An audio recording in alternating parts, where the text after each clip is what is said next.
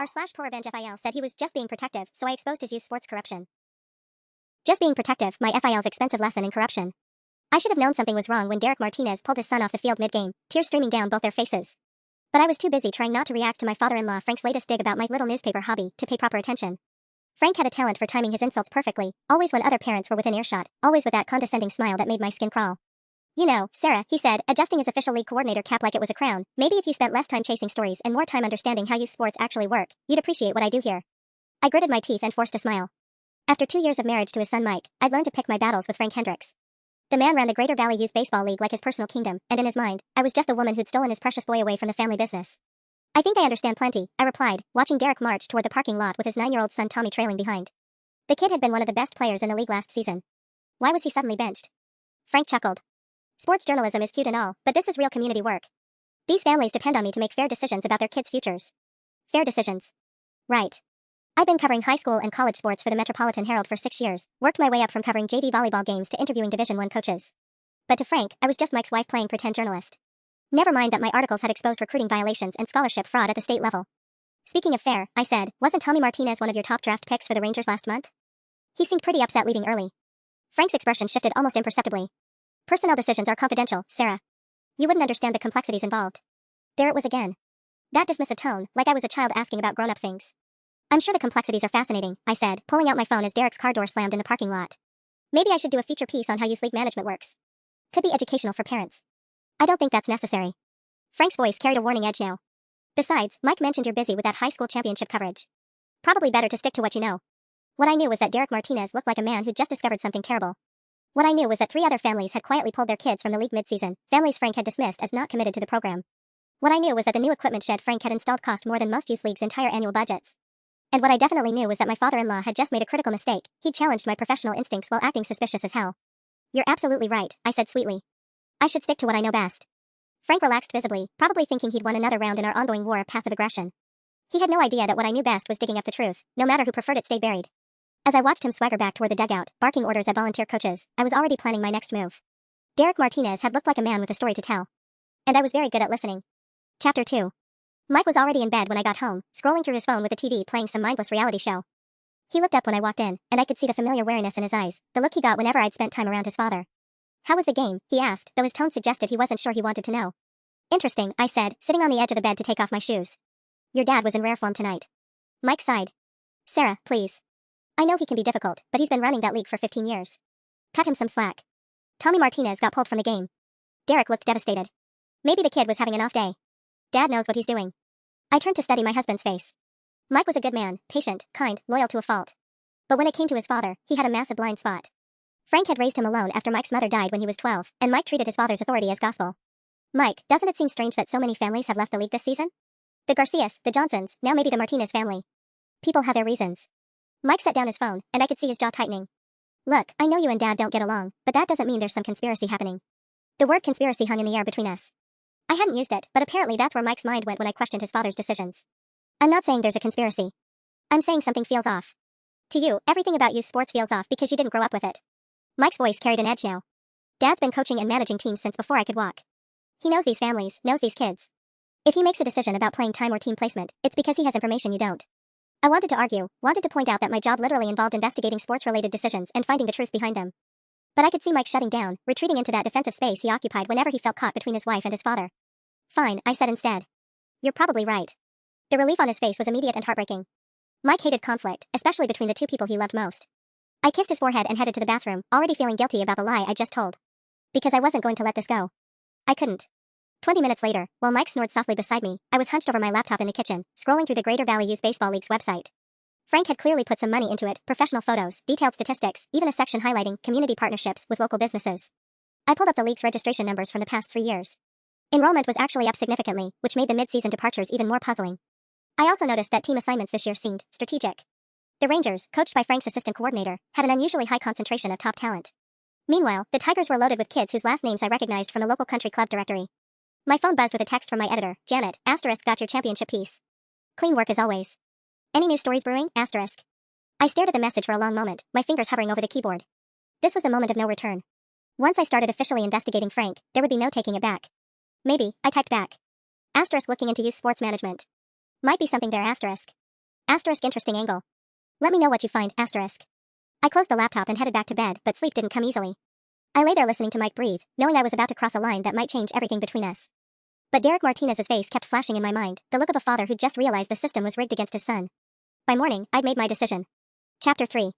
I found Derek Martinez at his auto shop the next morning, hunched under the hood of a Honda Civic with grease-stained hands and the look of a man who hadn't slept much.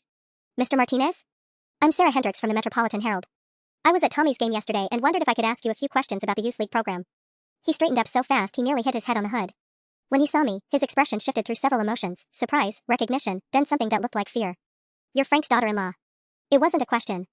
I am. But I'm also a sports journalist, and I'm working on a piece about youth league management. I noticed you seemed upset after pulling Tommy from the game. Derek wiped his hands on a rag, buying time. I don't think I should talk to you about that. Why not? He glanced around the shop, even though we were alone. Look, Mrs. Hendricks, I don't want any more trouble. Tommy's already been through enough. That phrase, any more trouble, sent a chill down my spine. What kind of trouble? Derek shook his head, but I could see him wavering. The need to tell someone was written all over his face. Mr. Martinez, I cover sports corruption professionally. I've exposed scholarship fraud, recruiting violations, coach misconduct. Whatever's happening with the league, I might be able to help. He stared at me for a long moment, then walked over and flipped the shop's open sign to closed. You really don't know, do you? He said finally. About what your father-in-law's been doing? My heart started pounding. Tell me. Derek leaned against his workbench and took a shaky breath. Tommy was supposed to be on the Rangers this season. Best team in the league, right? Your father-in-law told me Tommy had the skills, the stats, everything. Said he was a shoo-in. But then Frank calls me into his office 3 weeks ago. Says there's been a development with team assignments. Tells me Tommy's being moved to the Eagles instead. That's a recreational level team, Mrs. Hendricks. Kids who can barely catch a fly ball. I pulled out my phone to take notes, and Derek tensed. This is all off the record for now, I assured him. Just help me understand what happened. Frank says the Ranger spot opened up for a more suitable candidate. Won't tell me what that means, just keep saying it's final. But then, Derek's voice dropped. Then my buddy Carlos, who helps with equipment, tells me he overheard Frank on the phone, talking about contributions to the league development fund. $5,000, Mrs. Hendricks. That's what it costs to buy your kid a spot on the Rangers. The bottom dropped out of my stomach. He's selling roster spots? That's not even the worst part. Derek's hands were shaking now. When I confronted Frank about it, asked him directly if money changed hands, he got this look on his face. Real cold. He said Tommy was lucky to be playing at all, considering his family situation. What family situation? My wife and I are going through a divorce. Been trying to keep it quiet for Tommy's sake, but somehow Frank knew. He said divided homes create unstable players and maybe Tommy needed to spend a season in rec ball to develop character. The pieces were clicking together in my head, and I felt sick. He's using personal information against families. Gets worse, Derek continued. I started asking around, talking to other parents who'd had kids moved down or cut entirely. The Garcias? Their daughter Maria was MVP of her division last year. This season she didn't even make a competitive team. Turns out Mr. Garcia had filed a complaint with the city about field maintenance. Suddenly Maria's not coachable anymore. I was writing furiously now, my journalistic instincts taking over. Who else? The Johnsons pulled their twin boys after Frank told them the league was overstocked with their skill level. But somehow the Pemberton twins made the Rangers just fine. Course, their dad owns 3 restaurants in town and sponsors the league barbecue every year. My phone buzzed with a text from Mike. Asterisk, Dad mentioned you were asking questions about the league. Everything okay? Asterisk. I stared at the message, realizing Frank had already started damage control. He was warning his son, probably planting seeds about my obsession with creating problems where none existed. Mr. Martinez, I said, looking up from my phone, would you be willing to go on the record with this? Derek's face went pale. I can't. If Frank finds out I talked to you, Tommy won't just lose his roster spot, he'll be blacklisted from every league in the county. Your father-in-law has connections everywhere. That's when I realized just how deep this went, and how much power Frank actually wielded. My phone buzzed again. Asterisk, Sarah? Can we talk when you get home? Asterisk. The battle lines were already being drawn. I drove home with my mind racing, Derek's words echoing in my head. By the time I pulled into our driveway, I'd counted at least 6 potential criminal charges Frank could be facing: fraud, extortion, maybe even racketeering if this was as organized as it seemed. Mike was waiting in the kitchen, still in his work clothes, with 2 cups of coffee that had clearly gone cold hours ago. The sight of his face, worried, defensive, already hurt by a conversation we hadn't even had yet, made my chest tighten. Dad called, he said without preamble. Said you were at Derek Martinez's shop asking questions about the league. I set my purse down carefully, buying myself a few seconds. How did he know that? Sarah, this is a small community. Word gets around. Mike's voice had that strained quality it got when he was trying to stay calm. He's concerned you're stirring up trouble based on some misunderstanding. What kind of misunderstanding? The Martinez situation is complicated. Derek's going through a messy divorce, he's been drinking more, and he's taking his frustrations out on the league. Dad's been trying to help, but Derek's making it difficult. I stared at my husband, seeing Frank's fingerprints all over this narrative. Mike, that's not what I saw yesterday. Derek wasn't drunk or angry, he was heartbroken. His son is a good kid caught in the middle of his parents' drama, Mike interrupted. Dad made a judgment call to move Tommy to a lower pressure environment until things settled down at home. It's actually pretty compassionate when you think about it. The casual way Mike delivered Frank's version of events told me everything I needed to know about how this conversation had gone. Frank had gotten to him first, shaped the story, painted me as the unreasonable outsider causing problems for a family already in crisis. Did your dad mention the $5,000? I asked quietly. Mike's expression shifted. What $5,000? The amount Derek says parents are paying to get their kids on premium teams. For a moment, genuine confusion flickered across Mike's face. Then it hardened into something that looked like betrayal. You think my father is stealing money from children's baseball? I think something's not right, Anne. Jesus, Sarah. Mike stood up abruptly, his chair scraping against the floor. Do you hear yourself? You've been married to me for 2 years, which means you've known my dad for 2 years. But Derek Martinez tells you one story and suddenly Frank's running some criminal enterprise? Mike, listen to me. No, you listen. His voice was louder now, tinged with an anger I rarely heard from him. My father has devoted 15 years of his life to that league. He's helped hundreds of kids, raised thousands of dollars for equipment and field improvements. He does it all volunteer, Sarah. He doesn't take a salary, doesn't get benefits, doesn't even get thanked half the time. I wanted to point out that Frank seemed to be thanking himself just fine, but Mike wasn't done. And now you want to destroy all of that because what, you don't like how he talks to you at games? Because he doesn't worship your journalism career the way I do? That hit like a physical blow. You think this is about my ego? I think you've been looking for a reason to go after him since the day we got engaged. Mike's words came out in a rush, like he'd been holding them back for months. I think you can't stand that there's one person in this town who doesn't think you're perfect, so you're going to use your newspaper connections to tear him down. The kitchen fell silent except for the hum of the refrigerator. I realized we'd reached a crossroads that went far beyond Frank's corruption. This was about trust, about loyalty, about whether Mike would ever be able to choose me over his father when it really mattered. My phone buzzed on the counter. A text from Janet, ** Martinez story sounds promising. Any chance of going to print next week, **. Mike saw me glance at the phone, and his face went white. You've already talked to your editor, haven't you? Chapter 4. The silence stretched between us like a chasm. Mike's question hung in the air, and I knew that whatever I said next would determine whether our marriage survived this. Yes, I said quietly. I mentioned it to Janet. Mike's face crumbled, and for a moment he looked exactly like the 12-year-old boy who'd lost his mother and clung to his father as the only stable thing in his world. You're really going to do this, he whispered. You're going to destroy my family. Mike, if your father is innocent, then an investigation will prove that. But if he's not, then you've just blown up our entire life for a newspaper story. Mike grabbed his keys from the counter. I can't do this right now. I'm going to my dad's. The front door slammed with a finality that made my bones ache. I stood alone in our kitchen, surrounded by the detritus of our shattered evening, cold coffee, my scattered notes, the engagement photo on the windowsill where we looked so damn happy and naive. My phone rang. Frank's name on the caller ID made my stomach lurch. Hello, Frank. Sarah. His voice was different now, no more condescending warmth, no more fake pleasantries. This was Frank with his mask off. I understand you've been having some interesting conversations today. Word travels fast. It does in a small community. Especially when someone's spreading lies about good people. I moved to the living room window and saw Mike's car pulling into Frank's driveway 3 blocks away. What lies would those be? Derek Martinez is a troubled man going through a difficult divorce. His judgment isn't reliable right now, and his son is suffering for it. I made a compassionate decision to move Tommy to a less competitive environment, and Derek's choosing to interpret that as some kind of conspiracy. Frank's voice was smooth, reasonable, the tone of someone who'd rehearsed this explanation. But I caught the subtle thread underneath. That's interesting, I said. Because I'm starting to hear similar stories from other families. Are you? The temperature in Frank's voice dropped 10 degrees. That's unfortunate. Sometimes when people start looking for problems, they find them everywhere. Even where they don't exist. Frank, let me ask you directly, are parents paying money to influence their children's team placements? He laughed, but there was no humor in it. Sarah, I think you've been watching too many movies. This is youth baseball, not the major leagues. These are families trying to give their kids a positive experience. That's not an answer. It's the only answer you're going to get. The mask slipped completely now. Let me be very clear about something. I've built relationships in this community over 15 years. I know which parents volunteer for fundraisers, which ones support league initiatives, which ones cause problems. When I make decisions about team placements, I consider the whole picture, not just a kid's batting average. Including their parents' bank accounts? Including their parents' commitment to the program. Frank's voice turned cold as winter.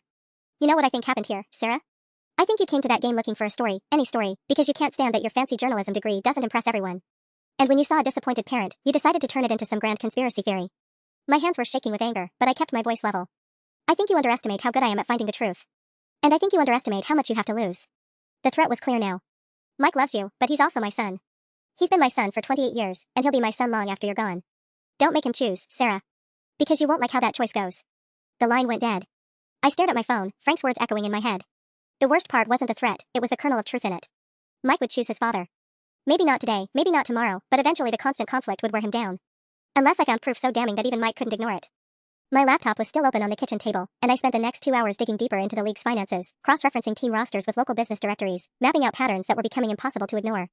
By midnight, I had a preliminary outline of what looked like the most brazen youth sports corruption scheme I'd ever encountered.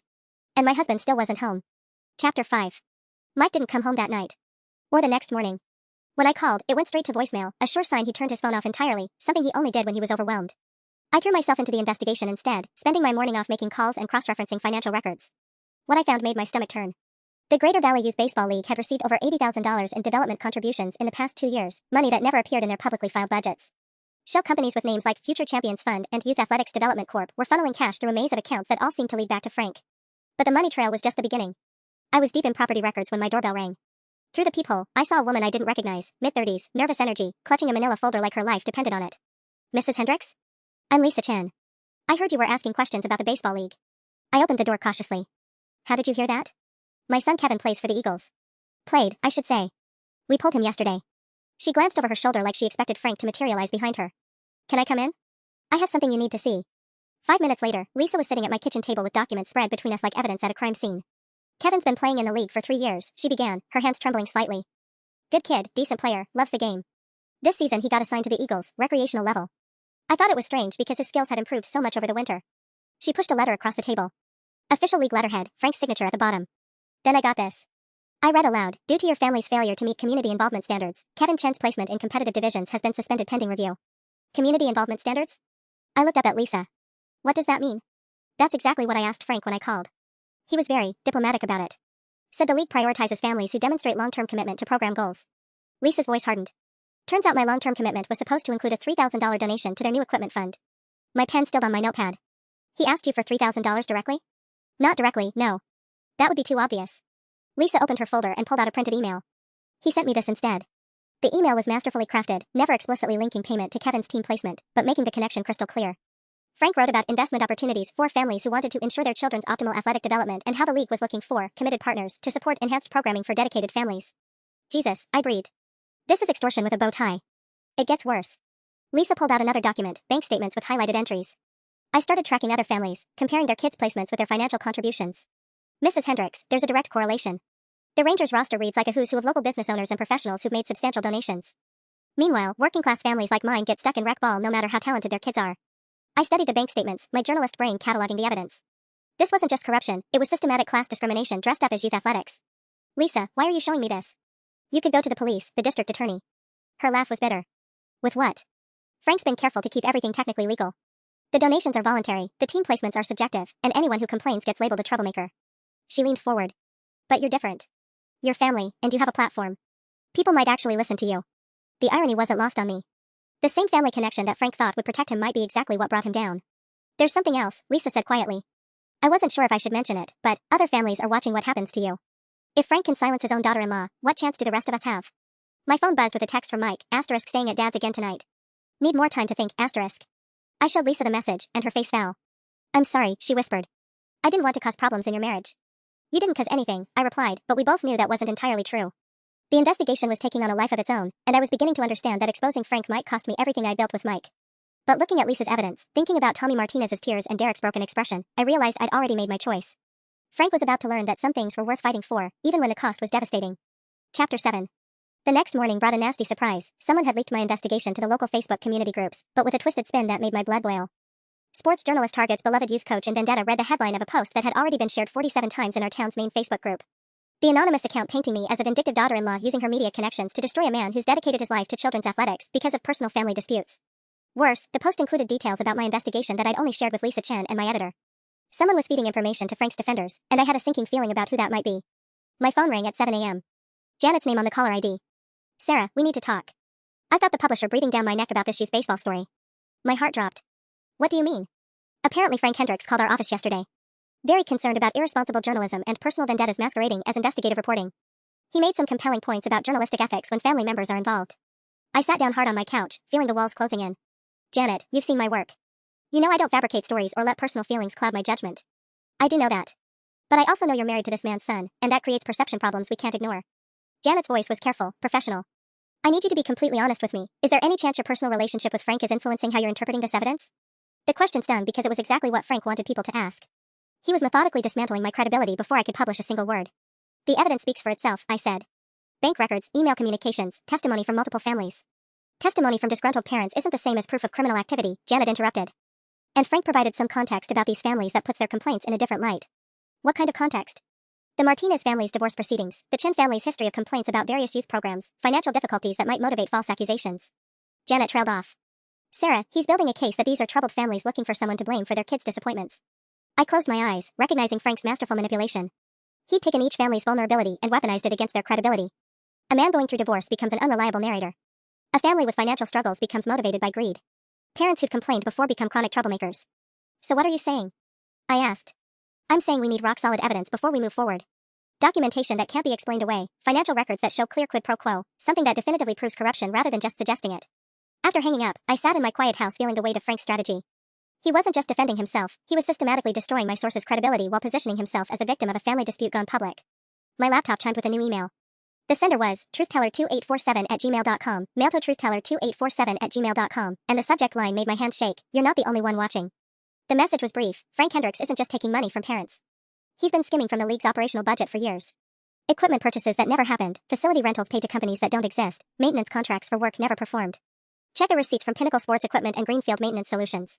You'll find they don't exist beyond post office boxes. The money goes somewhere else entirely. This is bigger than team placements. Be careful who you trust.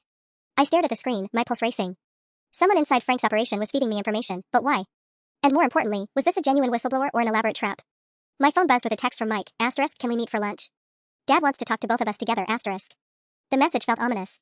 Frank was ready for the next phase of whatever game he was playing, and apparently he wanted Mike there as a witness, or as leverage. I had 3 hours to decide whether I was walking into a reconciliation or an ambush. Chapter 8. I spent those 3 hours before lunch doing something that felt like betraying my own marriage. I called a lawyer. Hypothetically, I said to Amanda Rodriguez, a media attorney I'd worked with on previous investigations, if someone were to discover evidence of embezzlement and fraud, but that someone was married to the perpetrator's son, what kind of legal protections might they need? Amanda's pause was telling. Sarah, please tell me this isn't about your father-in-law. I can't tell you that. Then I can tell you that family relationships don't protect anyone from criminal liability if they're found to be complicit. And if you're sitting on evidence of actual crimes, staying silent could put you in legal jeopardy too. Her voice turned serious. How solid is this evidence? I thought about the anonymous email, the bank records Lisa had shown me, the pattern of corruption that was becoming impossible to ignore. Getting more solid by the day. Then you need to document everything, keep copies somewhere safe, and seriously consider whether your marriage can survive what's coming. Because if this is real, Sarah, it's going to get ugly fast. I was still processing Amanda's warning when I arrived at Rossetti's, the Italian restaurant where Mike and I had our first date. The choice of venue felt deliberate, Frank using our romantic history as psychological pressure. They were already seated when I walked in. Mike looked exhausted, like he'd been up all night wrestling with impossible choices. Frank looked triumphant. That was the word that came to mind as I approached their table. He stood to pull out my chair like a gentleman, but his eyes held the cold satisfaction of someone who believed he'd already won. Sarah, he said warmly, loud enough for nearby tables to hear. I'm so glad we can finally sit down and clear the air about this misunderstanding. I sat down carefully, hyper-aware that this conversation was probably being conducted for an audience. Frank had chosen a public place where any raised voices or dramatic confrontations would reflect poorly on me. What misunderstanding would that be? I asked. Mike jumped in before Frank could answer. Sarah, Dad explained everything about the Martinez situation. About Derek's drinking, the custody issues, how moving Tommy was actually meant to help. His voice carried a desperate edge, like he was trying to convince himself as much as me. And the financial stuff, those are legitimate donations from families who want to support enhanced programming. I looked at my husband, seeing Frank's words coming out of his mouth, and felt something break inside my chest. Mike, did you actually see any documentation of these enhanced programs? Receipts for the equipment purchases, contracts for the facility improvements? Frank's expression never changed, but something flickered behind his eyes. Sarah, I think you're missing the bigger picture here. This community trusts me with their children's athletic development. That trust has been built over 15 years of successful programming. Trust that includes parents paying thousands of dollars for their kids' roster spots? Families who choose to make additional contributions to support league development, Frank corrected smoothly. No different from boosters supporting a high school program or parents funding better equipment. Everything is voluntary, everything is documented properly. Then you won't mind if I review those documents for my article? The silence that followed was deafening. Mike's face had gone pale, and Frank's mask finally slipped just enough for me to see the calculation behind it. Actually, Frank said slowly, I think we need to discuss something else first. Mike, why don't you tell Sarah what we talked about this morning? Mike's hands were shaking as he reached into his jacket pocket and pulled out a business card. Sarah, Dad thinks, we both think maybe you should talk to someone. About why you're so focused on creating problems where none exist. I looked down at the card. Dr. Patricia Wexler, licensed clinical psychologist. Specializing in anxiety disorders and marital counseling. Frank had just played his nuclear card, he was suggesting I was mentally unstable. The card felt like it was burning my fingers.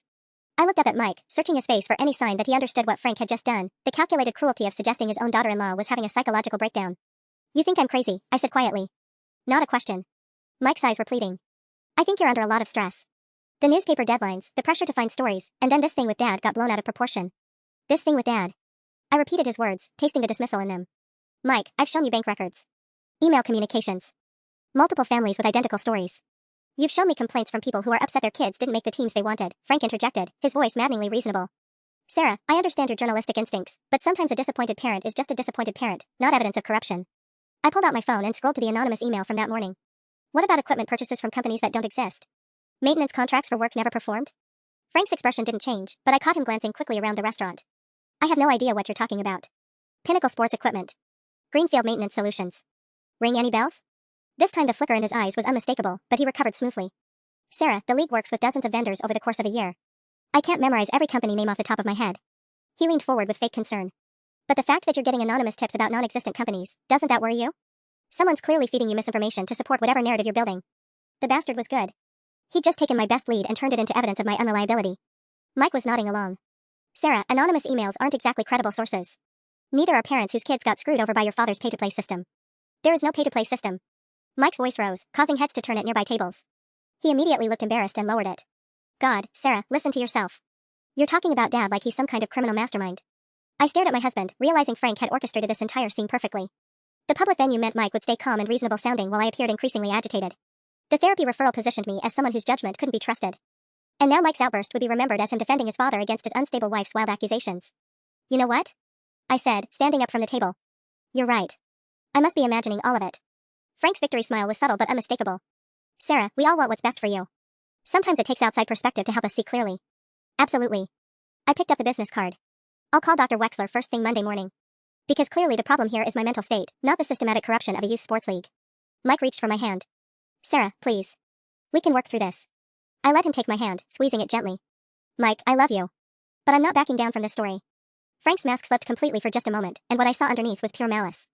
That would be unfortunate. For everyone involved. The threat hung in the air between us like smoke.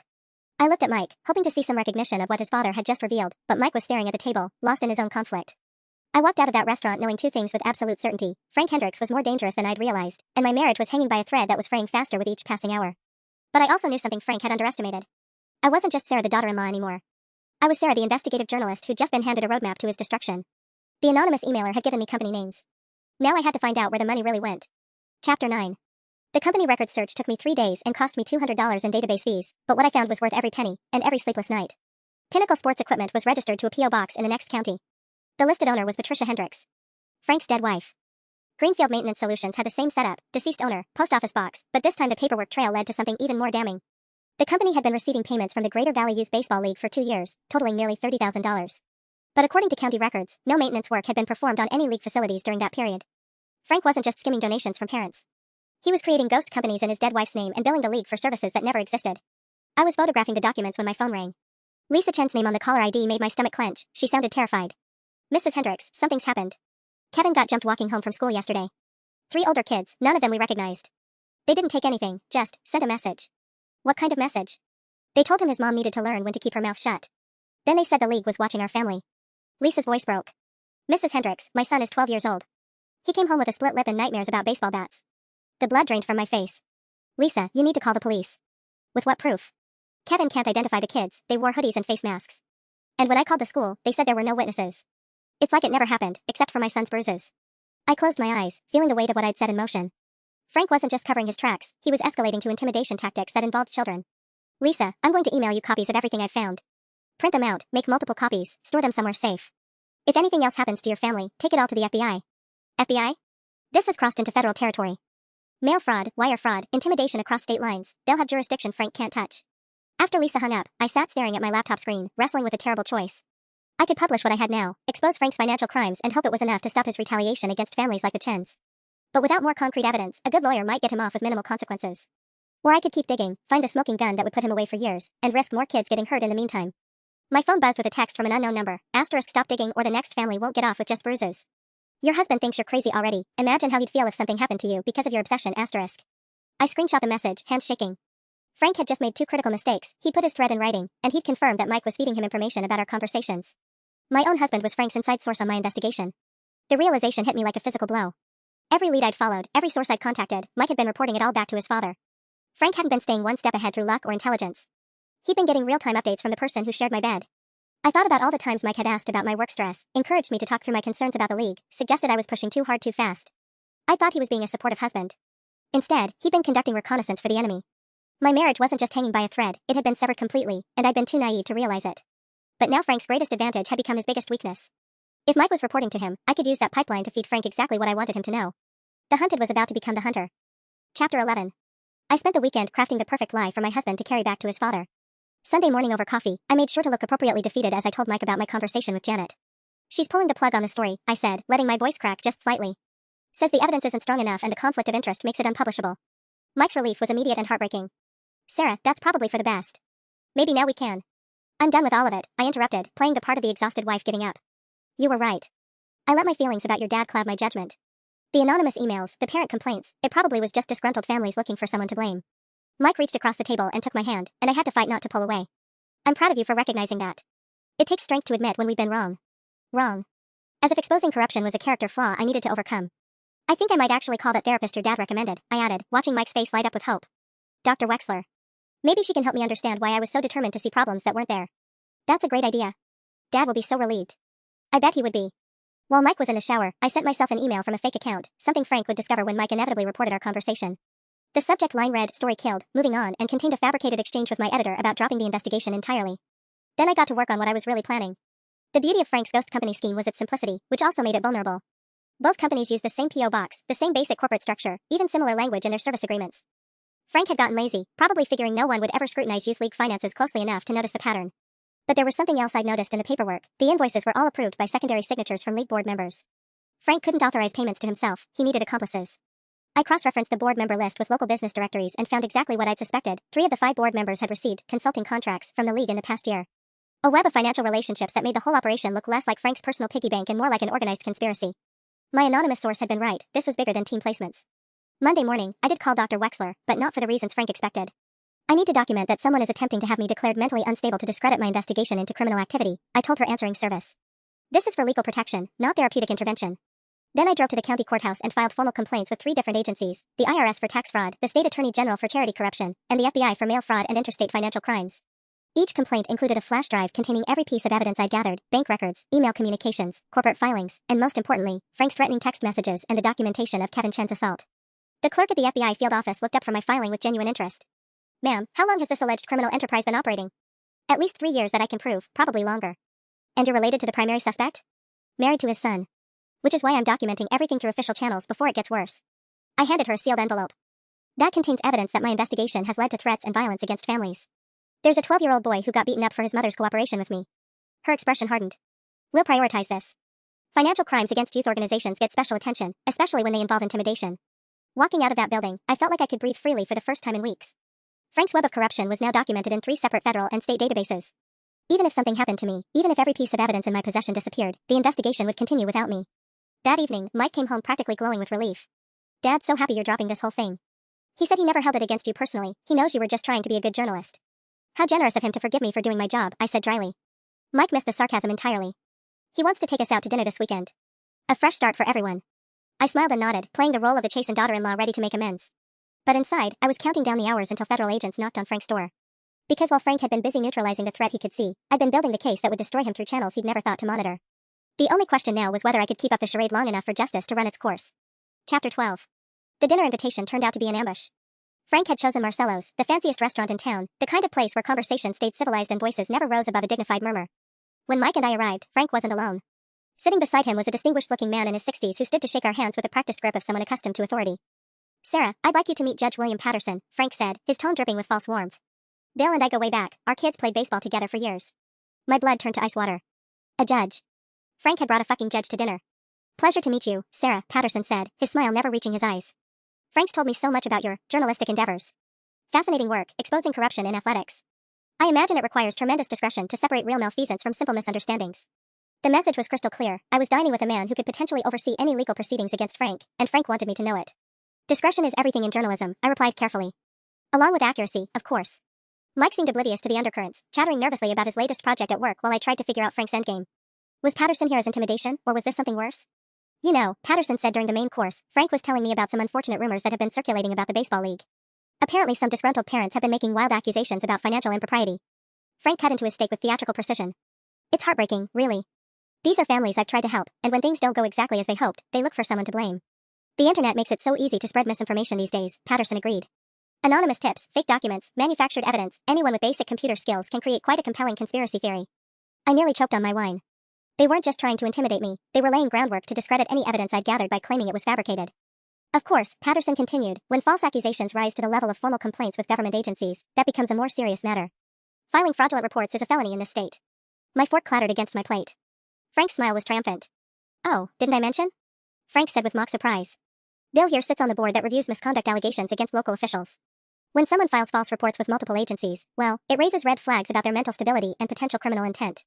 Mike was looking between them with growing confusion. What are you talking about? Sarah dropped her investigation last week. Did she? Patterson's eyebrows rose. That's interesting, because I received word this morning about some very serious allegations filed with federal agencies. Using my wife's name on fraudulent corporate documents, if you can believe that. The room started spinning. Mike turned to stare at me, betrayal written across his face in letters 10 feet tall. Sarah? His voice was barely a whisper. You said you were done with this. I am done, I said, my voice steadier than I felt. Done with letting criminals hide behind family loyalty and judicial connections. Frank's mask finally slipped completely. You stupid little girl. Do you have any idea what you've just admitted to? Filing false reports, defaming public officials, harassment. Judge Patterson here could have you arrested tonight. Could he? I pulled out my phone and set it on the table. The screen showed an active recording app that had been running for the past hour. Because I'm pretty sure conspiracy to obstruct justice and judicial corruption carry heavier sentences than filing legitimate complaints with federal agencies. The silence that followed was deafening.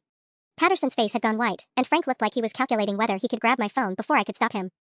Mike just sat there, staring at all of us like he'd never seen any of us before in his life. You've been recording us? Patterson finally managed. Just documenting a family dinner, I said sweetly. Amazing what people will admit when they think they're untouchable. Chapter 13.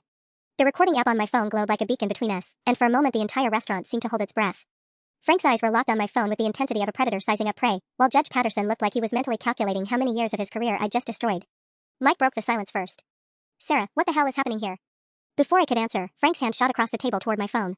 I was faster, snatching it away and clutching it against my chest. His movement knocked over his wine glass, sending red liquid cascading across the white tablecloth like blood. Careful, Frank, I said, my voice loud enough that nearby diners turned to stare. Assault and battery would really round out a criminal complaint nicely. You manipulative bitch, he snarled, all pretense of civility abandoned. You planned this whole thing. Patterson grabbed Frank's arm, his judge's instincts finally kicking in. Frank, shut up. Now. But Frank was beyond listening to reason. 3 weeks of careful planning had just collapsed in spectacular fashion, and his rage was nuclear. She set us up, Bill. The little journalist cunt has been playing us from the beginning. The entire restaurant was staring now. Mike looked like he wanted to crawl under the table and disappear, while I felt a cold satisfaction settle in my chest. Frank was destroying himself in real time, and every word was being preserved for posterity. Patterson stood abruptly, throwing his napkin on the table. I was never here. This conversation never happened. He looked at me with pure hatred. Young lady, you have no idea what kind of war you just started. Actually, I think I'm ending one, I replied, still clutching my phone. The war you've been fighting against families who can't afford to buy their way into your little kingdom. After Patterson fled the restaurant, Frank turned his attention back to me with laser focus. You think you're so fucking smart, don't you? Recording our conversation, filing your little reports with the feds? He leaned forward, his voice dropping to a whisper that somehow felt more threatening than his earlier shouting. But you forgot something important, Sarah. This is my town. These are my people. And you just declared war on all of them. Mike finally found his voice. Dad, please.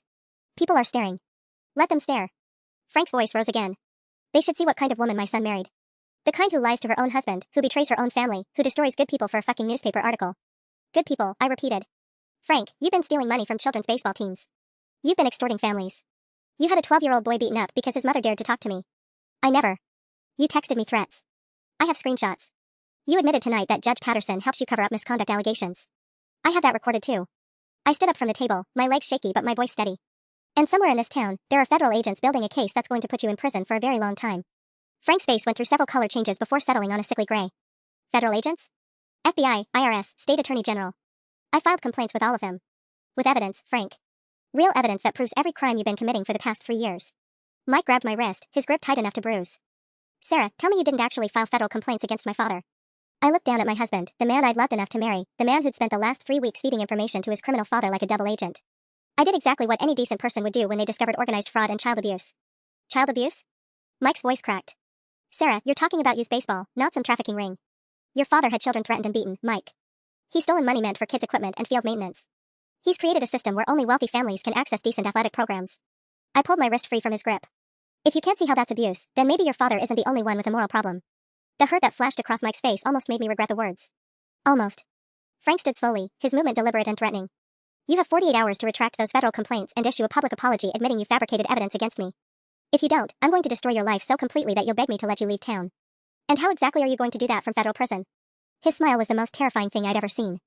Who says I'm going to prison, sweetheart? You might be surprised how many friends I have in very high places.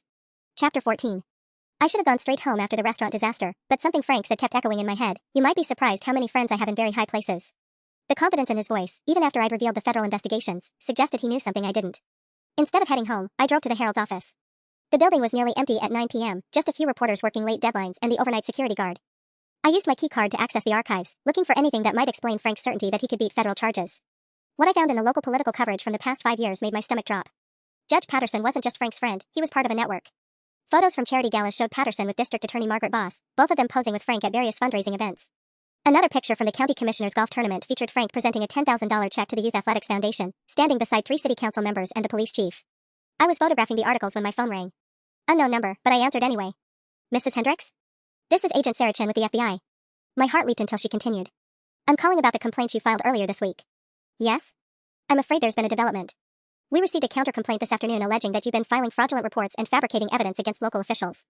Given your family relationship to the primary subject of investigation, we're going to need to suspend our inquiry pending a review of your credibility. The words hit me like a physical blow. Agent Chen, I have recordings, bank records, testimony from multiple families. Ma'am, we've also received information suggesting you may have manufactured some of that evidence. I'm not saying the allegations are true, but we have to take them seriously. Her voice was professional but not unkind. The review process could take several weeks. After she hung up, I sat in the empty newsroom feeling the walls close in around me.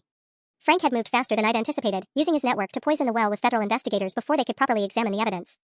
My phone buzzed with a text from Mike, *, come home. We need to talk, *. Then another from an unknown number, *, parking garage. Level 3. Come alone if you want to see the real evidence, *. I stared at both messages, my hands trembling. The second one had to be my anonymous source, the person who'd been feeding me information about Frank's ghost companies. But meeting a mysterious contact in a parking garage felt like every bad decision a journalist could make. My phone rang again. This time it was Lisa Chen, and she was sobbing. Mrs. Hendricks, they took Kevin. My blood turned to ice. What do you mean, took him? Child Protective Services. They showed up an hour ago with a court order saying I was endangering my son by involving him in false allegations against community leaders. They said his assault story was fabricated, that I coached him to lie. Her voice broke completely. They have Kevin in protective custody pending a psychological evaluation. I closed my eyes, finally understanding the full scope of Frank's retaliation. He wasn't just discrediting my investigation, he was systematically destroying every family that had cooperated with me. CPS didn't just show up with court orders on their own, someone with serious influence had made that happen. Lisa, I'm so sorry. I never thought. There's more, she whispered. The social worker told me that if I recant my statement about the league corruption and admit I lied to you, they might consider returning Kevin to my custody faster. The elegant brutality of Frank's strategy was breathtaking. Turn my sources against me by using their children as leverage. Discredit my evidence by claiming it was fabricated. Tie up federal investigators with questions about my credibility while he cleaned up loose ends. But he'd made one crucial mistake. He thought I'd fold when the pressure got personal. Instead, I was about to discover just how deep his corruption actually went. Chapter 15 Final. The anonymous text led me to Derek Martinez, waiting in the shadows of the parking garage with a banker's box that would change everything. I couldn't watch them destroy more families, he said, his hands shaking as he opened the box. I'd been Frank's bookkeeper for 3 years. Kept copies of everything. What Derek had wasn't just evidence of Frank's crimes, it was a complete roadmap of his entire network. Real estate deals where city council members bought league property at below market rates. Consulting contracts that funneled money to Judge Patterson's wife's company. Police reports about league incidents that mysteriously disappeared from official files. Frank thought he could trust me because of Tommy, Derek explained. Thought I'd stay quiet to protect my son. But when they went after the Chin boy, his voice hardened. Some things are more important than staying safe. The documents painted a picture of systematic corruption that went far beyond youth baseball. Frank had built a machine that converted community trust into personal profit, with tentacles reaching into every level of local government. I photographed everything, uploaded copies to secure cloud storage, and sent complete sets to 3 different journalists at major newspapers. Then I did something that felt like jumping off a cliff. I called Agent Chen back. Agent Chen, I'm about to email you evidence that proves Frank Hendricks isn't just embezzling from youth sports. He's running a criminal organization with sitting judges and elected officials. And I can prove Judge Patterson tried to obstruct your investigation. The recording from dinner played like a symphony of criminal admissions. Patterson threatening me with arrest for filing legitimate complaints. Frank admitting to using his network to discredit federal investigations. Both of them discussing the systematic discrediting of families who'd cooperated with my investigation. Within 6 hours, federal agents were executing search warrants across the county. Frank's house, Judge Patterson's chambers, the league offices, even District Attorney Voss's campaign headquarters. By morning, the network that had seemed so untouchable was unraveling in spectacular fashion. Mike found me at the Herald's office at dawn, looking like he'd aged a decade overnight. They arrested Dad an hour ago, he said quietly. Federal agents, multiple charges. It's going to be all over the news. I know. Patterson resigned from the bench. The DA's called for a special prosecutor. Mike slumped into a chair across from my desk. Sarah, how did I not see any of this? I looked at my husband, really looked at him, and saw something I hadn't expected. Not anger or betrayal, but genuine devastation. Mike hadn't been complicit in Frank's crimes, he'd been another victim of his father's manipulation. Because he spent 28 years making sure you never had to see it, I said softly. That's what good manipulators do, they create different realities for different people. Mike was quiet for a long time. When he finally spoke, his voice was barely audible. Kevin Chin got released to his mother this morning. CPS dropped all charges. Said there had been some kind of administrative error in their investigation. That afternoon, I published the story that would win me a Pulitzer nomination and destroy what remained of Frank's empire. The pipeline, how one man's youth sports empire became a criminal network, ran across 6 pages and detailed every aspect of the corruption Derek's documents had revealed. Frank Hendricks was sentenced to 12 years in federal prison for fraud, racketeering, and conspiracy. Judge Patterson got 8 years. 3 city council members resigned in disgrace. The Greater Valley Youth Baseball League was dissolved and rebuilt under federal oversight. Most importantly, kids like Tommy Martinez and Kevin Shin got to play baseball again, in a system where talent mattered more than their parents' bank accounts. Mike and I spent 6 months in counseling, rebuilding trust that had been shattered by secrets and manipulation. Our marriage survived, stronger for having been tested by the worst kind of family crisis. And Frank? He sent me one letter from prison, a single line that I keep framed in my office: "You have no idea what you destroyed." He was wrong. I knew exactly what I destroyed: a system that valued money over children, power over fairness, and family loyalty over basic human decency. Some things, I'd learned, are worth destroying, even when they cost you everything else.